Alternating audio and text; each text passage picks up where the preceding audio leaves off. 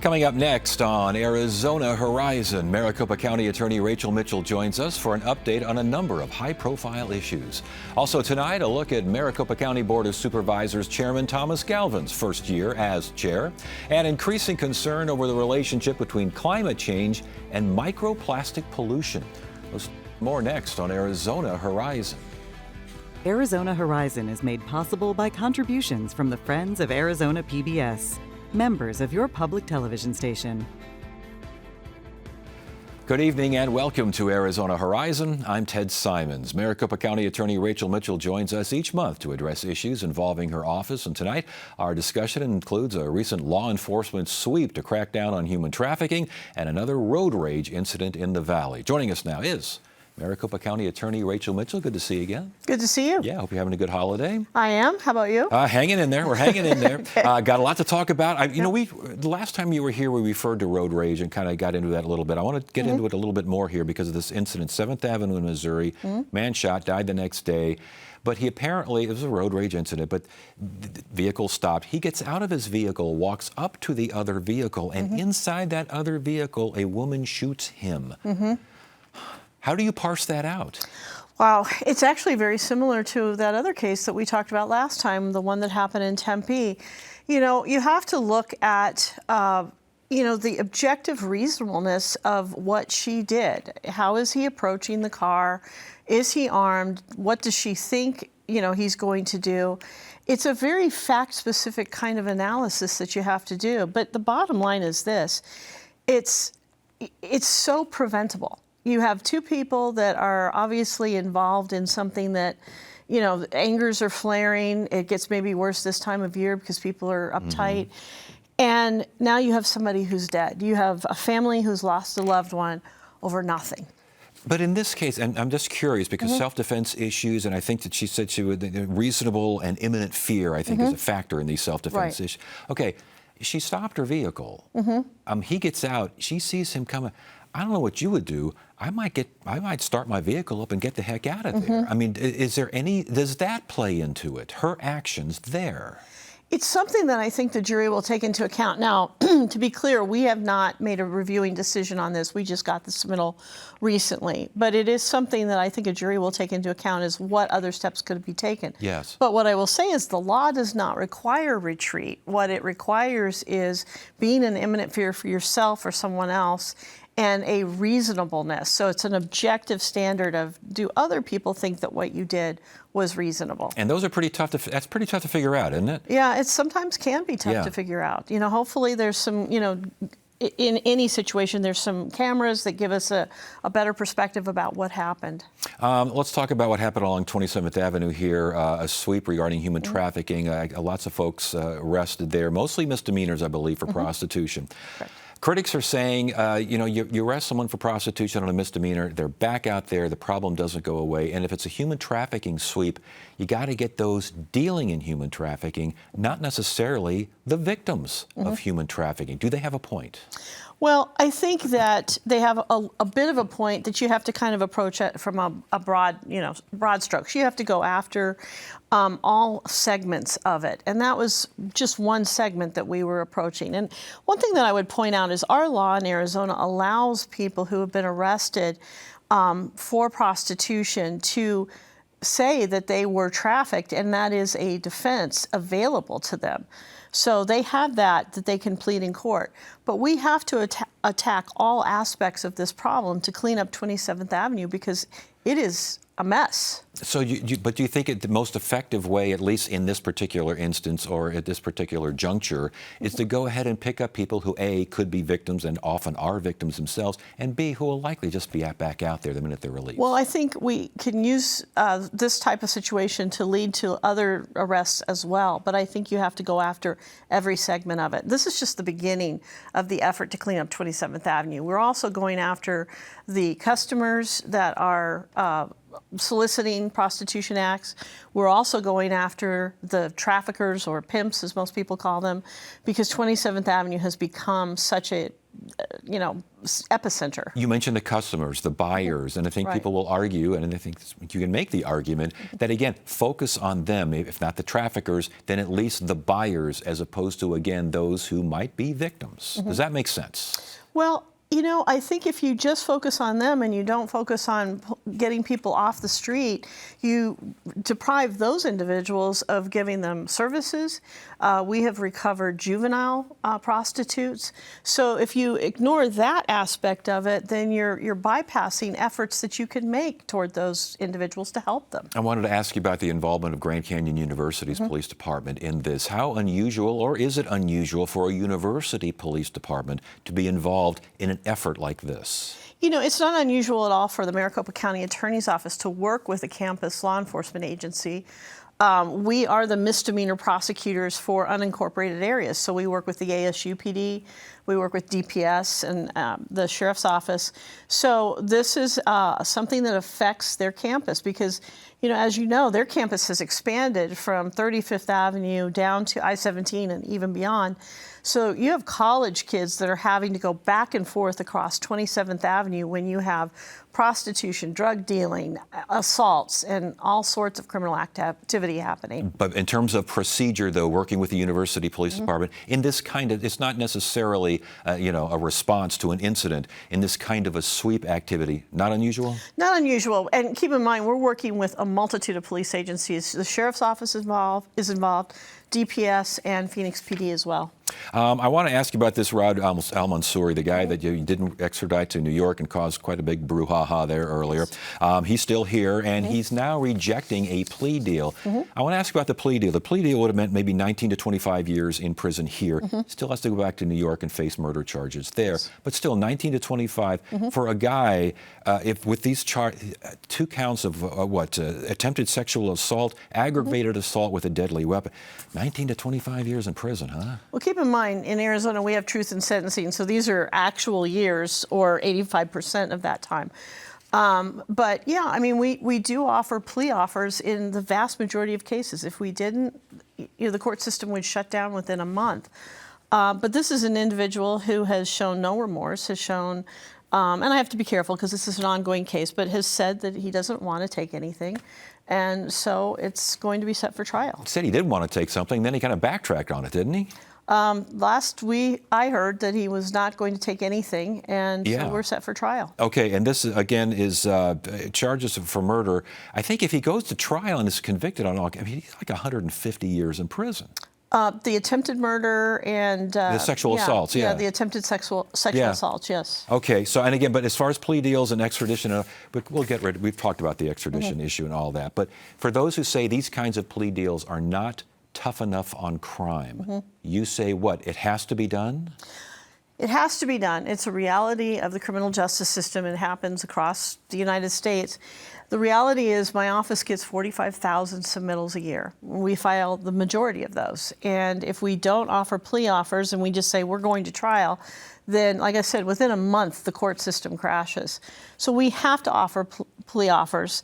I don't think this was out of line what we were doing, and it was certainly done in conjunction with talking to the victims of these crimes as well. But it is a harsh reality of the criminal justice system. Talking to the victims is a factor, is it not? Absolutely. Yeah. Before you go, I want to talk about probation, this new statute, and what's going on here, and your thoughts regarding probation, especially the idea of getting people not returning to prison and being rewarded for it. Yeah, a number of years ago, the emphasis shifted from looking at recidivism, how many of them reoffend while on probation or after they get off probation, and it shifted to how many people can we keep on probation and not put in prison. And what that did was it created a backlash of people who were not listening to their probation officers, not obeying the terms, and that yet not being held accountable for it. And we're seeing the results of that in the criminal justice system. We're seeing these people reoffend. Yeah, and you want to see changes there? Absolutely. I think we need to go back to looking at the successfulness as measured by recidivism rates. And not necessarily the recidivism rates being some sort of incentive for financial gain for the county.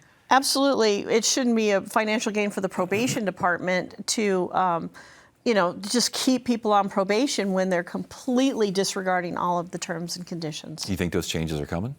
I think there are. some changes coming, yes. All right. Rachel Mitchell, Maricopa County Attorney. Well, we talked about a lot here. It's good to have you here. Thank you so much for joining us. Good to have you. It's good to be here, and happy holidays. Thank you. You too. Okay.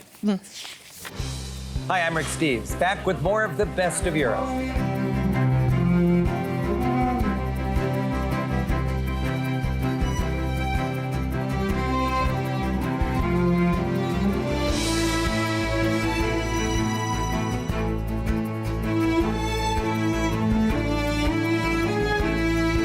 Sunday night at 10:30 on Arizona PBS. Keep on traveling. Light up your holiday season with the St. Thomas Christmas Love Divine. Sing along to classic holiday tunes.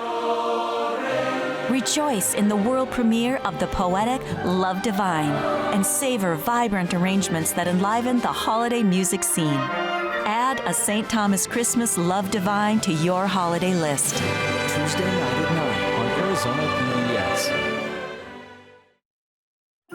Hello, I'm Robin Duda. As we celebrate this holiday season, I want to thank you for your support of Arizona PBS. Your support makes all our achievements possible. As we anticipate the beginning of a new year, please remember the impact a new or additional gift to Arizona PBS can make in your community. Scan the QR code, go online, or use the number on your screen and make a generous gift to Arizona PBS today. Thank you. Maricopa County Supervisor Thomas Galvin was officially sworn in as chairman of the Board of Supervisors at the start of the year. Tonight we take a look at Galvin's first year as chair, and here he is, Thomas Galvin, chairman of the Maricopa County Board of Supervisors. Good to have you here, and I should mention, it's your first year and it's your last year until it rolls around. You guys serve one-year kind of terms as chairman, huh? That's right. We do it on a rotation basis. I was very privileged to serve as chairman of the board this year with 3 new colleagues as well.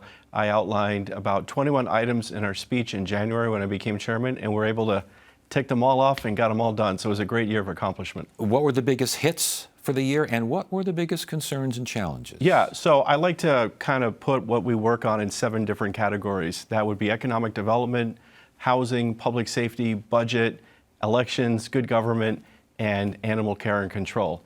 Obviously, on the tougher side of things, we had a lawsuit from the county recorder, but on those other issues, we were able to accomplish a lot. We cut the overall tax rate 5 years in a row. We opened up an economic development office, and just last week, we just completely revised our zoning ordinance, which is getting national attention. Now, the budget has no general obligation debt, correct? That's right. We're the largest jurisdiction in America without debt. Okay, because I want to ask, some people will hear that and say, what is general obligation debt, and what does it mean when you have no general obligation debt? So that means that we have a balanced budget. We have plenty in cash reserves in case of an economic downturn. The only time we take on debt is when we absolutely have to, only because of constitutional limitations here in Arizona. We have an expenditure limit, but it's not by choice. Okay, so that is a big deal as far as you're concerned. Absolutely. You mentioned the challenges, and among them, elections.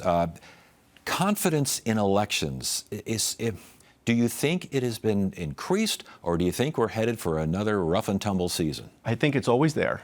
I think voters show their faith in elections by coming out to vote. And Arizona has one of the highest turnout rates. My problem is with candidates who don't accept the results of those elections, or their surrogates who try to undermine the faith in our elections. But we have millions of people that vote every single cycle. We're expecting that this next year for these important statewide elections. And you had a third-party, I believe, database audit that went on at the recorder, county recorder, among those who questioned, and you mentioned another challenge here, basically said that personal information would get out. That's not good. The timing was not good because the election is next year. All sorts of chaos. Courts didn't quite go for it, but still, does he have a point there in saying that people just aren't confident in elections in Maricopa County? I absolutely disagree. You disagree with that? I absolutely disagree with Justin Heap. I disagree with his entire philosophy of how he approached this. He consistently throws his own employees in the recorder's office under the bus. I believe in our election system. I believe in our constitutional republic, not just in Arizona, but in all 50 states. And as a conservative Republican, it's very important to me to go out there and say that. But At the same time, despite elections, we have a tremendous record to be proud of on a wide variety of topics. We have the second largest budget in the state, and we've been addressing that every single day this year. Again, and one thing back with the recorder, because that was a big topic throughout the year. He says he's been marginalized, as you well know, and that the outgoing recorder and the board tried to make it so that he couldn't do his job, didn't have the authority that he should have. Does he have a point? No, he's been able to do his job. We provided him a very good budget back in June. He has all the employees that every single previous recorder has. He's doing his job on a daily basis, and it's up to the voters to decide whether or not he's doing a good job or not. Okay, and as far as the Economic Development Office is concerned and these sorts of things, economic development efforts, we got GPEC, we got GPL, we got all sorts of cities with their economic development. Where does the county fit in on all that? Well, we are the hub of the spoke of a region of 4.5 million people. If Maricopa County was a state, we'd be the 25th largest state in the United States of America. But also, we are now a boom town in terms of technology, in terms of infrastructure needs that to be addressed, in terms of the people that are moving here. We're the fastest growing county in the United States. And when I became a county supervisor, frankly, I was shocked that we didn't have an economic development office. So we opened that this year under my chairmanship, but all of my colleagues supported that. Our economic development director now is coordinating with all the towns and cities and all those organizations that you just talked about to make sure that companies that have questions, that have issues or concerns, are able to have them addressed as quickly as possible. And I think a lot of people, these people that I talk to, they're thinking it's growing so fast. Everything is changing so fast. The economic development is there. I think what the concern is it smart economic development? I mean, just building, we saw what happened out in Chandler regarding the data system out there. I mean, there are people who are saying, let's be careful about what we're saying. Okay, well, I take issue with folks like Bernie Sanders and AOC, who last week said that all data centers are bad. I think Chandler did a really good job of saying it wasn't reasonable and appropriate for this location. But also last week, Maricopa County approved a data center project out in the West Valley because we have to weigh it. We call the balls and strikes, and we understand that this is a reasonable project. But it's also a national security issue. As the United States of America is fighting with China on this technology, we have to make sure we're not trimming the sails of our economic development, Ted, but we got to do it the right way. And Maricopa County is able to balance all of those factors. And again, smart economic development, That's right. not just wild economic Exactly. development. Okay, Yep. Before you go, what do we watch for? Who's going to be the next chair? Do you know? I don't know. We're going to take a vote on Wednesday, January 5th, so I encourage you to tune in at 9:30. All right. Must-see TV, and we'll see what happens. What do you expect out of the board, though, out of Maricopa County next year? Yeah, we're going to continue working on these issues: economic development, housing, public safety, making sure that we still run a good, balanced government, taking care of animals. Last week, we launched a nonprofit to raise money for our animal care and control services. All of those things we're going to keep doing. I'm really proud of my colleagues. We got 3 more great years ahead of us. It's going to be good. Thomas Galvin, Maricopa County Board of Supervisors Chair for another couple of weeks. Huh? Merry Christmas. Happy New Year. Thank you, sir. Thank you.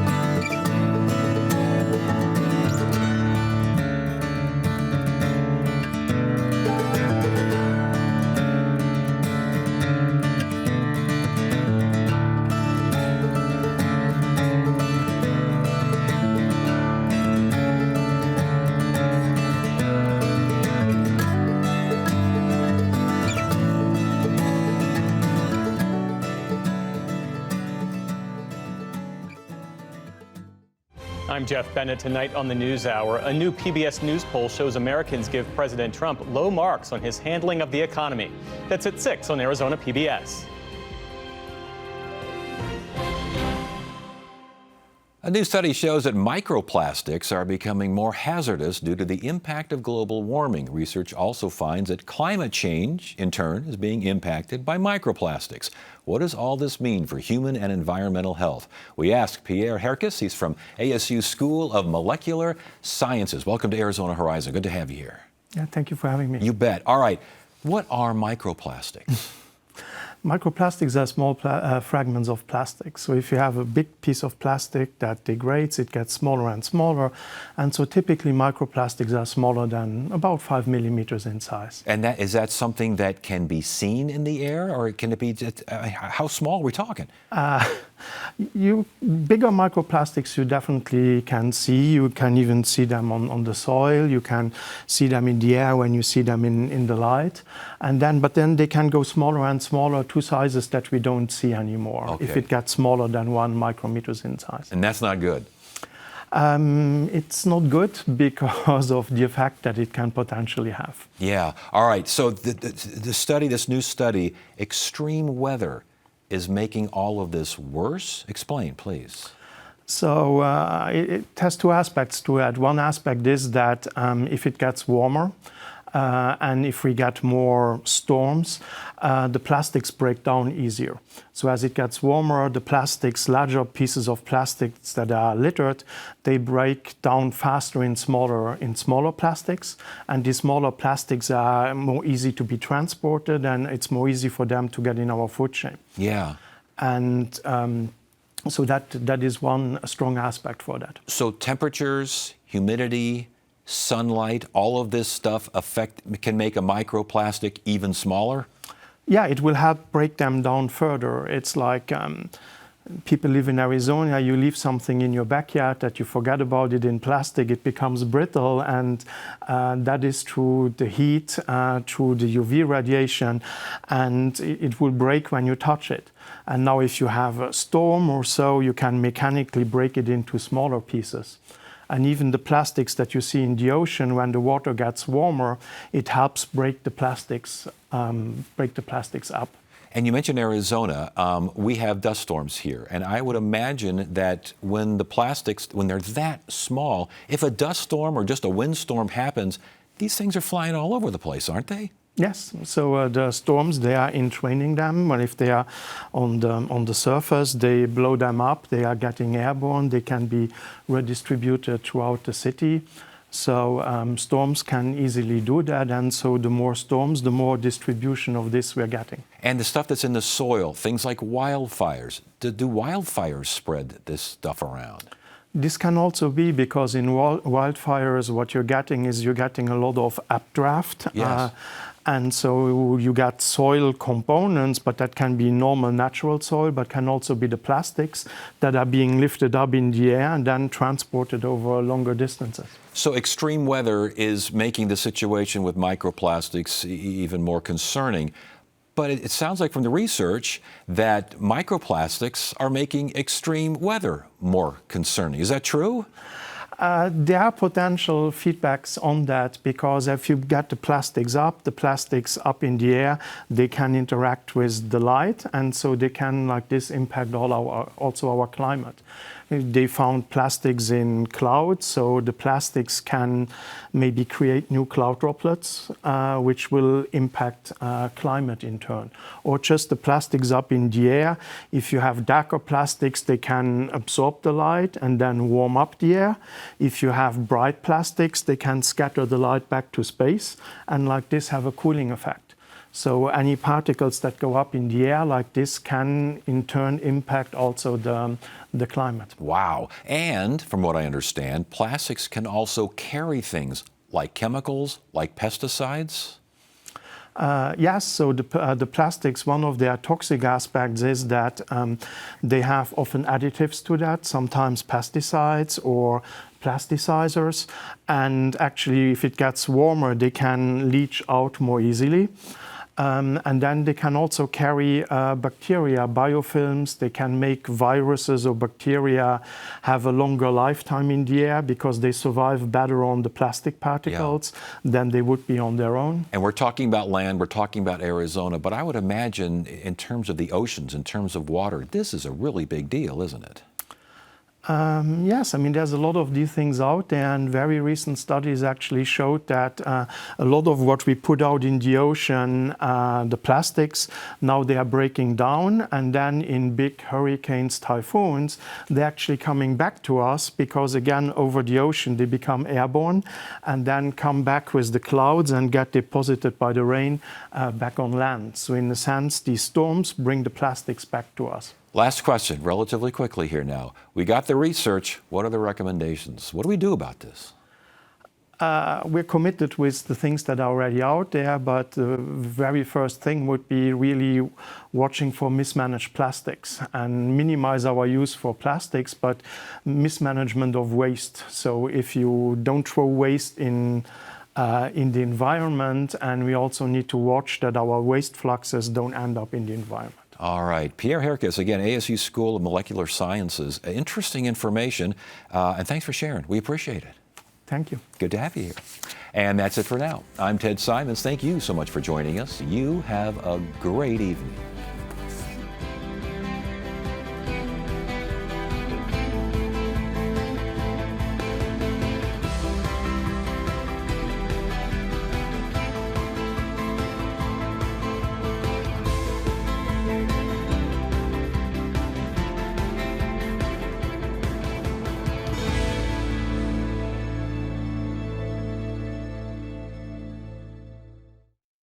Want to be more inspired? Arizona PBS delivers unforgettable experiences in music, theater, and the arts, thanks to members like you. And you play flutes and people seem to connect to that sound. It creates community. It's truly magical.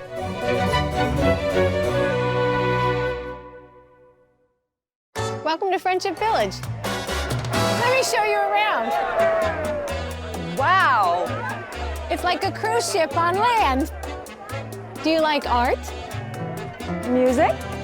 Heated pool? Yoga? Pickleball? There are events and group outings for just about every interest. The food! There's so much to do here. Move it or lose it. Well, this is our stop. Let's keep going! Yeah! coming up tonight at 7.